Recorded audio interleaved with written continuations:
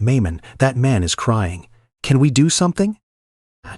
Sylvie Marchand looked up from her phone. She'd been checking her bank balance for the third time that evening, as if the numbers might change. They hadn't. She had $43.17 to last 9 days.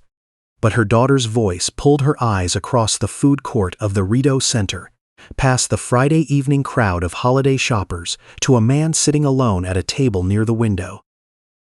He was old, maybe 75.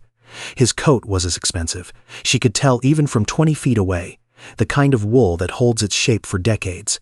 But he was hunched over a paper coffee cup with both hands, and his shoulders were shaking. Not from cold, from something worse. Sylvie hesitated. She had 14 minutes before their bus came. She had $43.17 in 9 days. She had a daughter tugging her sleeve. She went anyway. "Sir, are you all right?" The man looked up. His eyes were red-rimmed, bewildered, the way people look when grief catches them somewhere they didn't expect. He was wearing a name tag from somewhere, still clipped to his lapel. Still from whatever his morning had been before it became this. "I'm fine," he said, which was so obviously not true that Sylvie almost laughed. She pulled out the chair across from him and sat down.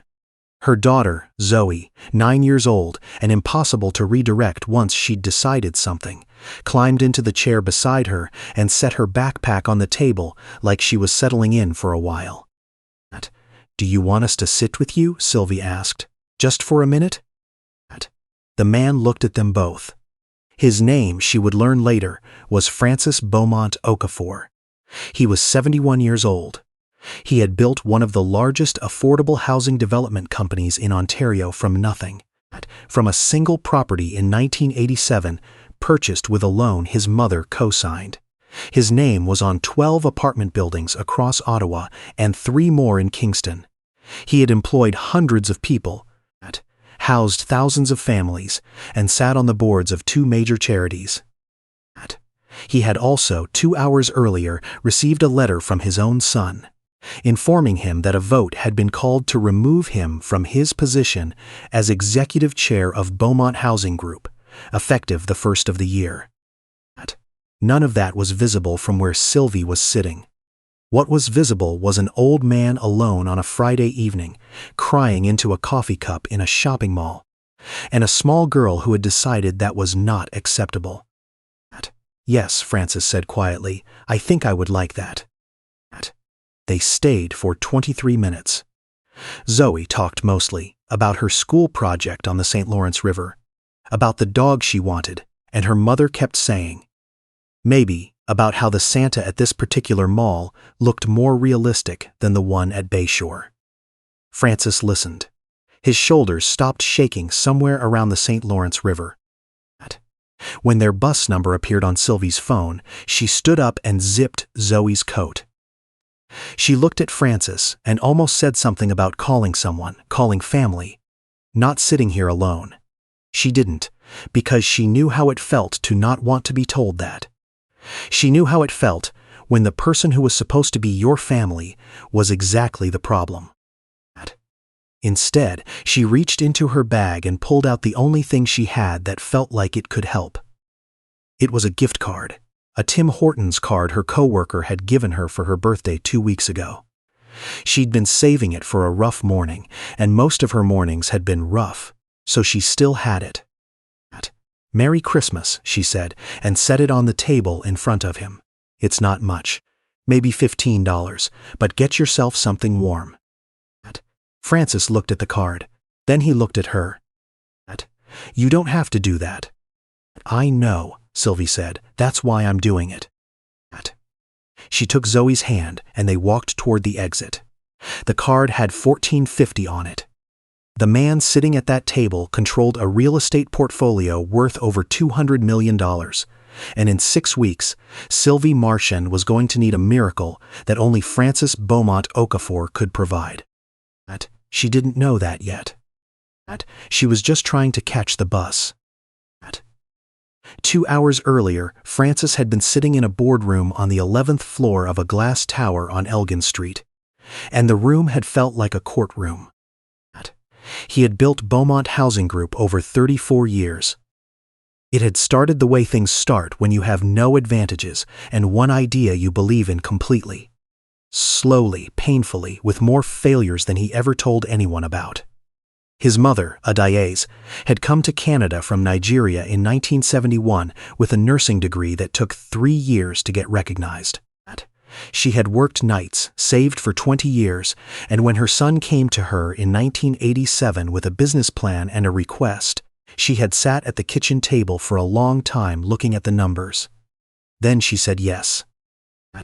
She also said, "Promise me something, Francis. Promise me that when you have enough, you won't forget what it felt like to not have enough." He had built his entire company around that promise. Beaumont Housing Group's mandate was mixed income development.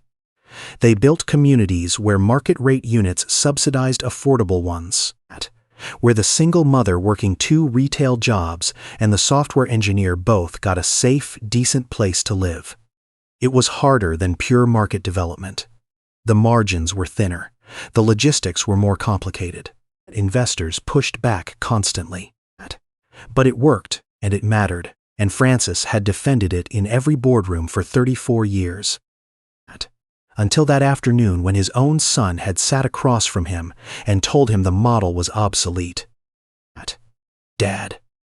His son Marcus had leaned forward in the way he did when he wanted to seem reasonable. Marcus was 42, Harvard MBA, had joined the company 9 years ago and risen quickly because he was genuinely brilliant. He had his grandmother's sharpness and his father's drive, and somewhere along the way he had decided that efficiency was the highest value. The affordable component is costing us 22% margin on every build. If we shift to full market rate, we can triple our growth in 5 years. Triple, Dad. This isn't about greed. This is about sustainability. Sustainability for who? Francis asked. For the company, for our employees, for our investors. And for the families who can't afford market rate. Marcus had paused. That's what social housing programs are for. That's not our job. The room had been quiet. 8 people around the table. 6 of them had looked at Francis with the careful, neutral expressions of people who had already made up their minds and were waiting for the meeting to be over. This company exists because my mother said yes to a promise, Francis said, not to a profit margin. We're a business, Dad, not a charity. We are a business that chose to have a conscience. Those are not mutually exclusive. Marcus had slid a document across the table. The board has the votes. We're moving to a formal review of your role as executive chair. It's nothing personal. Francis had looked at the document. Then he had looked at his son. Then he had stood up, put on his coat, and walked out of the building into the December cold. Because he was 71 years old, and he had been promised that the thing he built would outlast him, and instead it was going to be dismantled by the person he had loved the longest. He ended up at the Rideau Center because he wasn't ready to go home. Home was too quiet. Home had Adaze's photograph on the mantel, and he couldn't look at that right now. He sat down with a coffee he didn't taste. And he was still sitting there when a small girl climbed into the chair across from him and started talking about the St. Lawrence River. The gift card sat on his kitchen counter for 2 weeks. Francis kept meaning to use it, kept walking past it on his way to his coffee maker, kept thinking about the woman who had given it to him. She'd been wearing a name tag from a pharmacy. He'd noticed it because his vision was still good and old habits from decades of reading rooms never fully left you. The name tag said Sylvie, and below it, in smaller letters, Billings Bridge, Pharmasav. He didn't go looking for her. He told himself that would be strange, an old man appearing at a pharmacy because a woman had given him a gift card. But he thought about her. He thought about what it had cost her to give something she clearly couldn't spare, because he had spent 34 years learning to read financial stress in the way people hold their shoulders, the calculations that pass behind their eyes.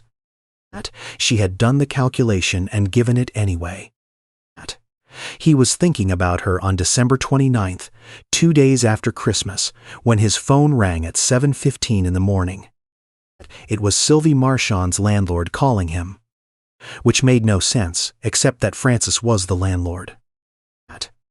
Billings Bridge Pharmacav was in a mixed-use building Beaumont Housing Group had developed 9 years ago. The residential units above the commercial spaces were part of the affordable component.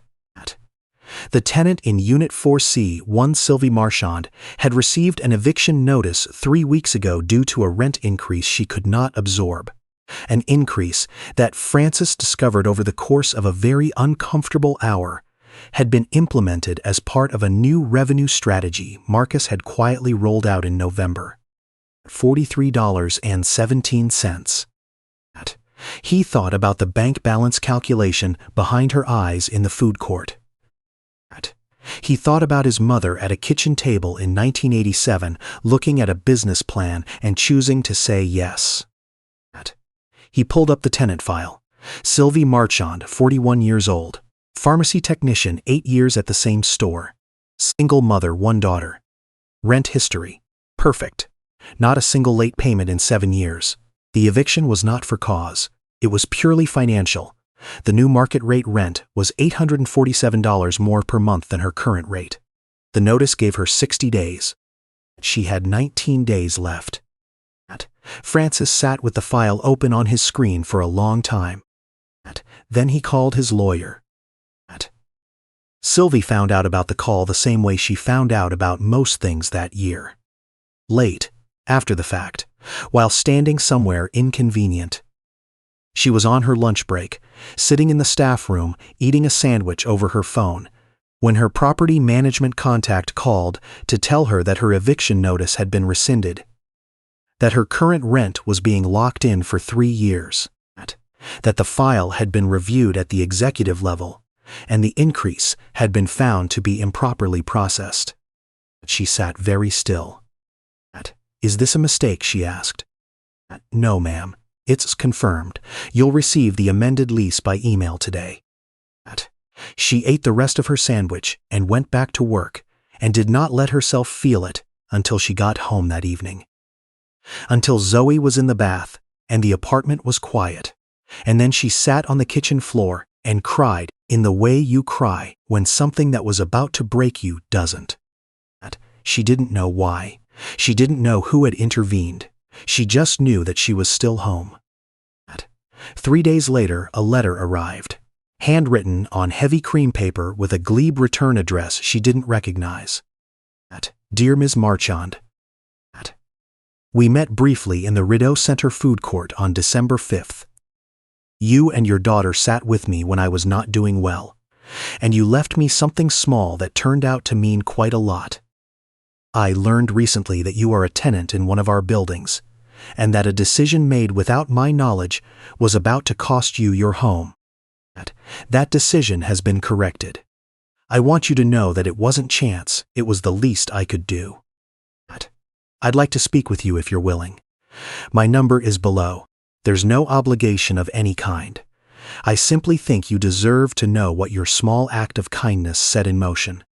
Francis Beaumont Okafor." Sylvie read it 3 times. Then she looked up Beaumont Housing Group. Then she sat down because her legs were not cooperating. She called the number the next morning. Francis answered on the second ring, which she would later learn was how he always answered, because he had told his assistant 40 years ago that if a phone rings more than 3 times, the person calling starts to feel like a burden. "Mrs. Marchand," he said, "thank you for calling." "You own my building," she said. "Yes." "You saved my apartment." "I corrected an error in my own company. That's not generosity, that's basic responsibility." "Mr. Beaumont Okafor." She stopped, steadied herself. "I gave you a Tim Hortons card with $14 on it. You stopped my eviction. That's not equivalent." He was quiet for a moment. "What you gave me wasn't $14. You gave me 23 minutes at the lowest point of my year. And you gave them without asking for anything in return. I've spent 34 years in business, and I can tell you with certainty that there are very few people who do things without expecting something back. You didn't even know my name. She didn't know what to say to that. I'd like to offer you something, Frances said, and I want to be very clear that the apartment is not contingent on this, and you are completely free to say no. There was a position opening at Beaumont Housing Group. A community liaison role, someone whose job it was to be the human point of contact between the company and its residential tenants, to navigate disputes before they became legal proceedings, to understand what families needed in a way that a spreadsheet couldn't capture. The pay was $58,000 a year with full benefits. I'm a pharmacy technician, Sylvie said. I'm not a housing specialist. You have been navigating the gap between what the system offers and what people actually need for 7 years as a single mother. That's not a gap in your qualifications. That's the entire qualification. She was quiet. Take time to think about it, Frances said. There's no pressure, and Sylvie, I mean that. No pressure of any kind. She thought about it for 4 days. She thought about Zoe, who was 9 and growing, who would need things Sylvie's current salary couldn't cover. She thought about the woman in the property management office who had delivered the eviction notice over the phone, with a voice that was kind but procedural, who had probably delivered 50 eviction notices that month, and had no way to see the person on the other end. She thought about what it would have felt like to have someone in that company who did see the person on the other end, who could pick up the phone and say, "Wait, let me look at this differently." She called Frances back on a Tuesday morning before her shift started. "I'll take it," she said, "not because of the apartment, not because I feel like I owe you, because I know what it feels like to sit in that office and be told that your whole life doesn't qualify as an exception to policy, and I don't want anyone else to feel that alone." Frances was quiet for a moment. "That," he said, "is exactly why I called you." What happened inside Beaumont Housing Group in the months that followed was not a dramatic reversal. It did not happen overnight. These things never do. What happened was this. Frances did not fight the board vote with lawyers. He did something that surprised everyone, including Marcus. He requested 60 days before any formal action, and he spent those 60 days visiting every building Beaumont Housing Group owned. Not with a communications team. Not with a camera crew. Alone, or sometimes with Odette Savard, his head of operations, a woman who had been with him for 22 years and who had watched the November rent increases go through with a very quiet expression that Frances now understood. They knocked on doors. They sat in common rooms. They talked to the superintendent at the Carling Avenue property, who had been flagging maintenance concerns for 18 months. They talked to the young family on the 4th floor of the Vanier building, who had been waiting 6 for a heating repair. They talked to an elderly man in the glebe who had been a tenant for 11 years and had nowhere else he could afford to go. Frances took notes, not on a laptop, in a small paper notebook, the same brand he had used since 1987, because some things you don't change when they still work. At the board meeting in March, he presented what he had found, not as an argument against Marcus's proposal, as a record. Tenant by tenant, building by building, a count of the families who would be displaced by a full shift to market rate development. The number was 340. Then he presented a counter-proposal, a hybrid model with a formal community investment structure, third-party verified, with clear metrics and a long-term endowment to fund the affordable units without eroding margins on new developments. He hadn't drafted it himself. He had drafted it with Sylvie, who by that point had been in the role for 2 months and had already identified 11 cases where early intervention had prevented formal disputes. He had drafted it with Odette, who had the numbers. He had drafted it with a housing economist from the University of Ottawa who had been studying mixed income development for 15 years. Marcus had voted against it. The motion passed 8-3. The affordable housing mandate stayed. In the hallway after the meeting, Marcus stopped beside his father. He didn't apologize. He wasn't ready for that yet. What he said was, "I still think the model is inefficient." "I know," Francis said. "You might be right about the endowment structure." Francis looked at his son. "Come to dinner Sunday," he said. "We can argue about it properly." Marcus paused, then nodded. "Yeah, okay." Neither of them said anything else. But it was the first Sunday dinner they'd had together in 7 months, and Adaise's photograph was on the sideboard. And at some point between the salad and the main course, the argument about margin efficiency became a conversation about what the company had started as and what they each wanted it to be. It didn't resolve everything. It didn't fix the broken thing between them in one evening. But it was a beginning, and beginnings are where everything starts. Sylvie learned about the board meeting outcome on a Thursday morning from Odette, who stopped by her desk with 2 coffees and said, simply, "It held." Sylvie understood what that meant. She thought about December 5th. She thought about 14.50 cents and a Friday night bus she'd almost missed. She thought about how close it had come to going the other way. How many things would have had to be different for none of this to have happened. If Zoe hadn't looked up, if she hadn't listened, if she had decided that 9 days and $43 didn't leave room for other people's pain. That afternoon, she took a call from a woman in the Gloucester building. She was 44 years old, recently separated, trying to understand what her lease said about subletting while she figured out her next step. She was frightened. Sylvie could hear it. "Let me walk you through it," Sylvie said.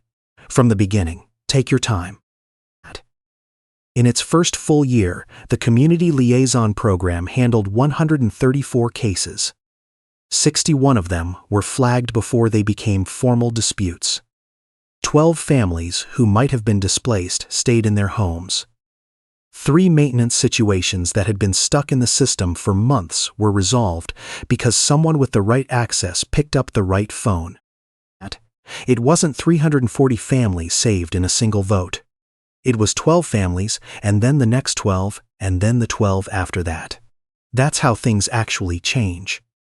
Not in boardrooms, always, but in the slow accumulation of someone showing up and saying, "I see you, let me help you figure this out." Francis still took his walks.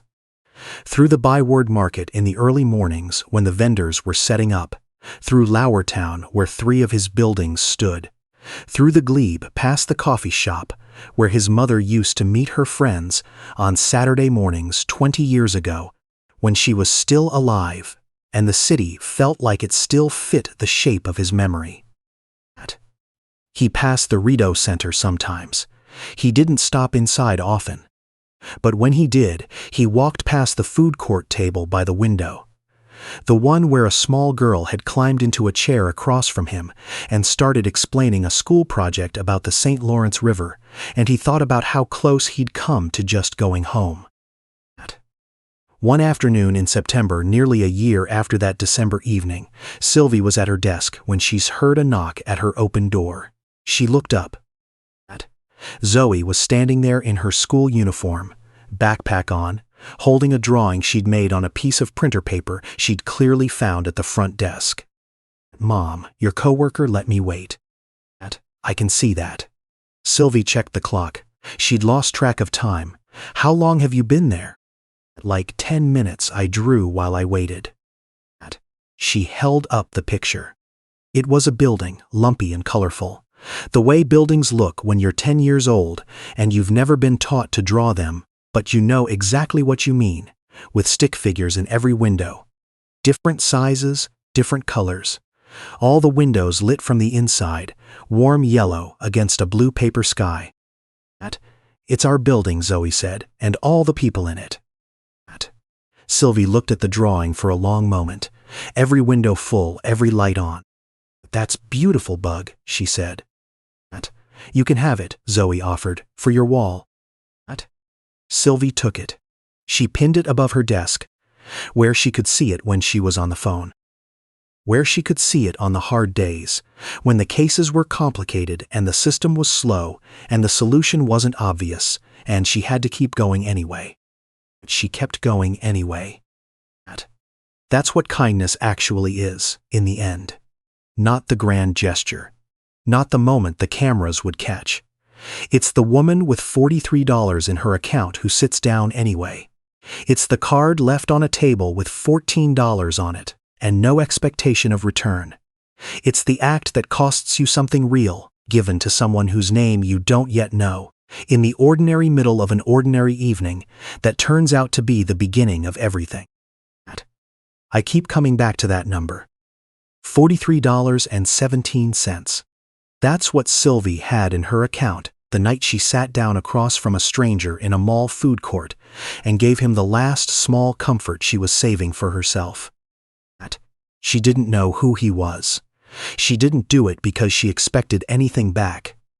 She did it because her daughter looked up and said, "That man is crying," and something in Sylvie said, "Yes, I see that, and we're going to do something about it." That's the part that stays with me. Not the ending, not the apartment, not the job. The moment before any of that, when she had every reason to keep walking and she didn't. I think about what it actually takes to be that person. Not once, in a good month, when things are going well and you feel generous. In a bad month, with 9 days left and a child depending on you and a bank balance that doesn't leave room for error. That kind of goodness isn't easy. It's a choice made under pressure, and it says something real about who you are at your core. There's a word for it that gets used so often it starts to sound hollow, but I think it's the right one: integrity. Not integrity as in following the rules, but integrity as in being the same person whether anyone is watching or not. Sylvie didn't leave that gift card because she thought it would come back to her. She left it because it was the right thing to do in that moment, and she was the kind of person who does the right thing even when it costs her something. That's not luck.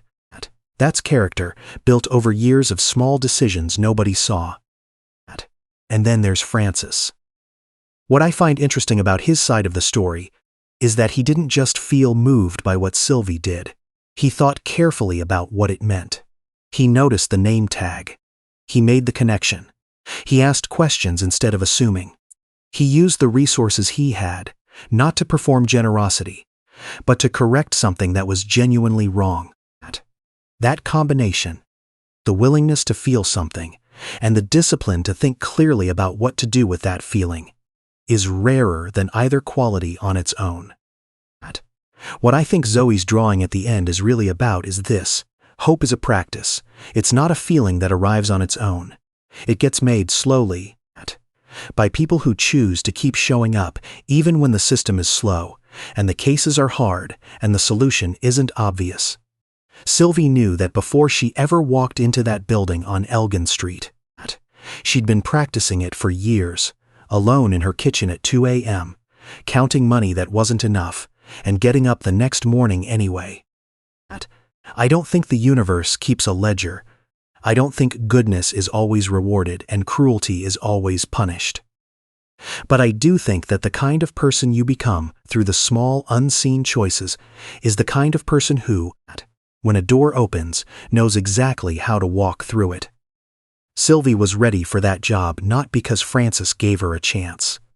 She was ready because she had already been doing the work, just without the title, without the pay, without anyone calling it what it was. That's the thing about people like her. They don't wait for permission to matter.